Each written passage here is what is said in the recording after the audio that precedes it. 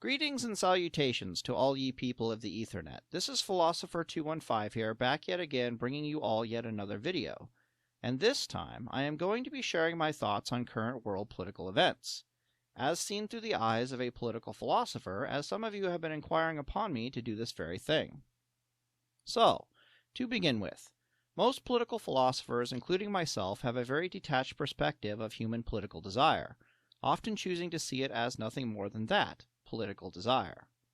With myself only having one notable exception to this, that being that unlike most political philosophers before me, I simply refuse to expand my critique on the situation past stage 2 in what for most political philosophers is a 3-stage process, that being 1. Who wants what exactly and why? 2. Is said thing said desiring group wants moral or immoral to have? And finally, 3. What is best for humanity or said politically desiring group irregardless of what humanity thinks or says that it desires?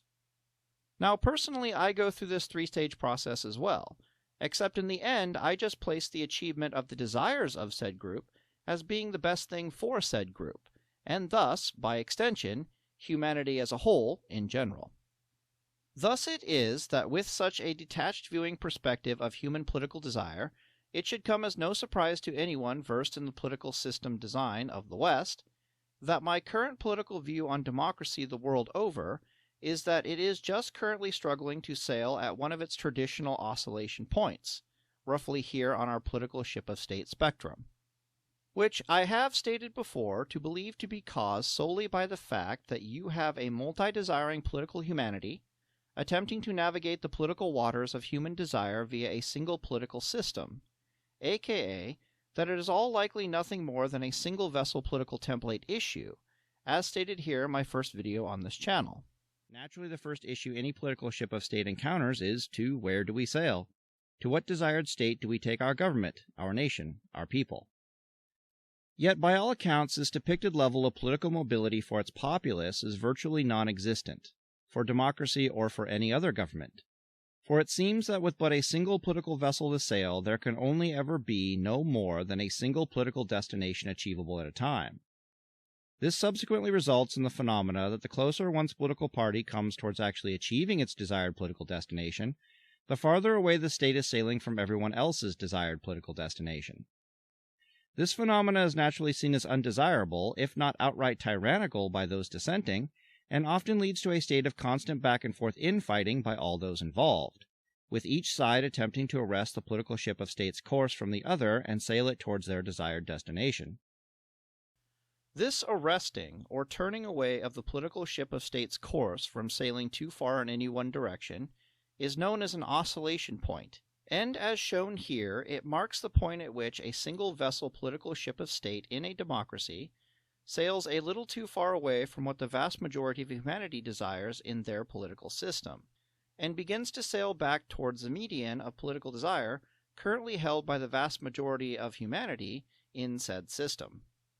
Another far more clear way of observing this phenomena of populist government would be to impose our current political ship of state's location and course over a political bell curve graph, where it suddenly becomes painfully obvious that the farther one's democratic state sails towards achieving the goals of either the political extremes of the left or of the right, the ever greater the amount of dissent that occurs, both in the number of human beings dissenting and the vehement thereof, resulting in either a political ship of state oscillation back towards the median of political desire, or a complete breakdown of the system in totality into a civil war, which, incidentally, rarely ever occurs.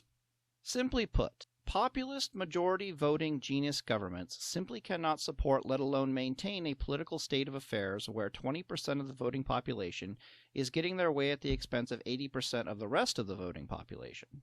Furthermore, the democratic templates of the West were simply never designed to do this, and in point and fact were designed specifically to avoid this state of political affairs, having many redundant checks and balances infused within them specifically designed to avoid a tyranny of the minority over the majority, and to likewise limit a tyranny of the majority over the minority through enforcement of basic human rights. However, what I personally find noteworthy in all of this is just how robust and ultimately desperate many politically desiring groups simply are inside of our current democratic template. Now, I have often seen online videos of the far and radical left who are currently the driving force in politics attempting to push the state into one of its traditional oscillation zones, claiming that they are tyrannized and oppressed, particularly by the systems of the Caucasian male patriarchy, if not just simply by white men in general.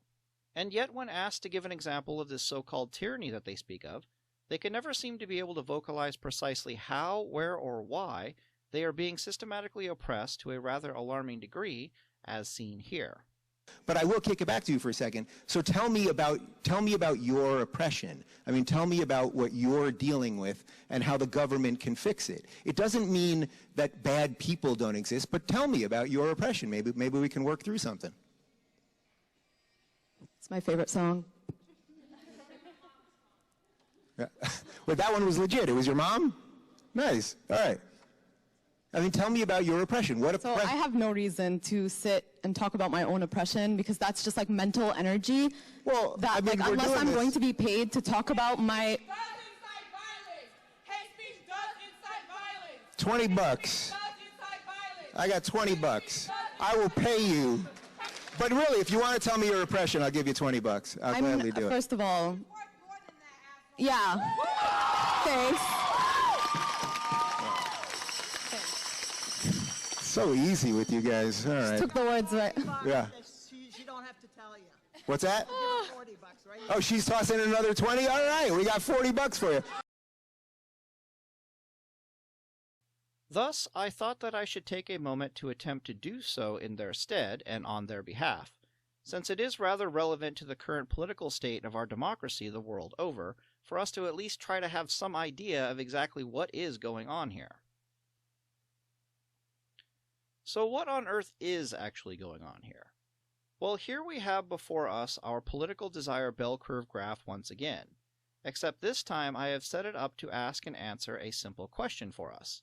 That being, what would such a political spectrum graph look like under a single vessel Western democratic template if one was to also track feelings of tyranny, to say nothing of outright objective tyranny, due to the nature and limitations of the Western democratic system by design? In other words, we are basically just attempting to measure how close our current democratic system comes to achieving the desired political state of each individually desiring political group within a democracy, with the results of such being as shown here. And thus we have highlighted in full and can suddenly see very clearly the true nature and limitations of a single vessel democratic template, as it becomes very evident when we track such metrics that the closer one's political desires lean towards the political median in a democracy, aka the current center, the closer one is towards achieving and ultimately living in their desired political state, at any given point in time, in a democracy, as democratic genius governments always cater best towards the bulk of politically desiring humanity. However, the farther one goes towards the extremes in the political desiring spectrum, the farther away the political ship of state almost always is from achieving the desired political state of said political minority groups. And thus, the ever more tyrannical such a political system that generates this state of affairs will not only feel, but simply objectively will be, to said political minority group living in a democracy. Now, to be clear, while we all feel in a democracy at times as though we live in a world that does not support us politically, aka that we work and pay taxes in support of a political system and a political state that is not our own and does not support our political desires, those on the far and radical right and left and other political minority groups, such as the classic libertarians, for example, don't just feel but actually do live in a world of systematic tyranny and oppression via governance by majority rule, aka democracy. Add in the simple fact that this very system of government that oppresses political minority groups just so happens to have been created by a bunch of white Caucasian males and is championed by the Western world, which also just so happens to historically be white and male-dominated, and it suddenly becomes rather clear as to exactly why those on the far left all too often decry that they are being systematically oppressed by the white male patriarchy, democracy, and the Western world in general, which typically under any other circumstances would just sound ridiculous to us, but if you actually math it out, they are actually kind of correct. Now, just to be clear here, I am by no means attempting to defend the current political actions of the far left, as they are quite simply objectively immoral. However, what I am simply attempting to point out is that when someone here on the political spectrum says that they are being oppressed and tyrannized by democracy, they are in fact correct, at least as far as their political will is concerned, but not so much as far as their basic human rights are concerned. Now, as stated before, I personally feel that these issues of tyranny within a democracy do not lie so much in either the goals of the various political groups, nor the proposed methods of the various political groups, nor even the majority rule governmental template itself, but that this entire issue of tyranny in democracy stems instead from the simple issue that there is all of this diametrically opposed political will of ours that is currently being trapped within the confines of a single vessel political template system, and thus being asked to somehow sort itself out within the confines of said single vessel template, which is simply not possible and subsequently highly frustrating for all of us. To summarize, these are my personal thoughts on the current state of political affairs in the West. 1. Democracy the Western world over is currently at one of its traditional oscillation points, specifically here on our political spectrum graph. And 2.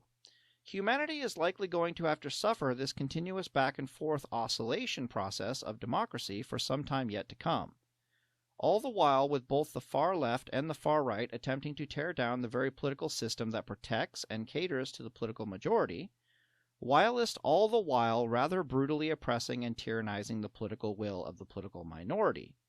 That is, unless some superior way of doing things can be found, such as, for example, the one that can be found in this video here. As always, this has been Philosopher 215, hoping for you all the very best.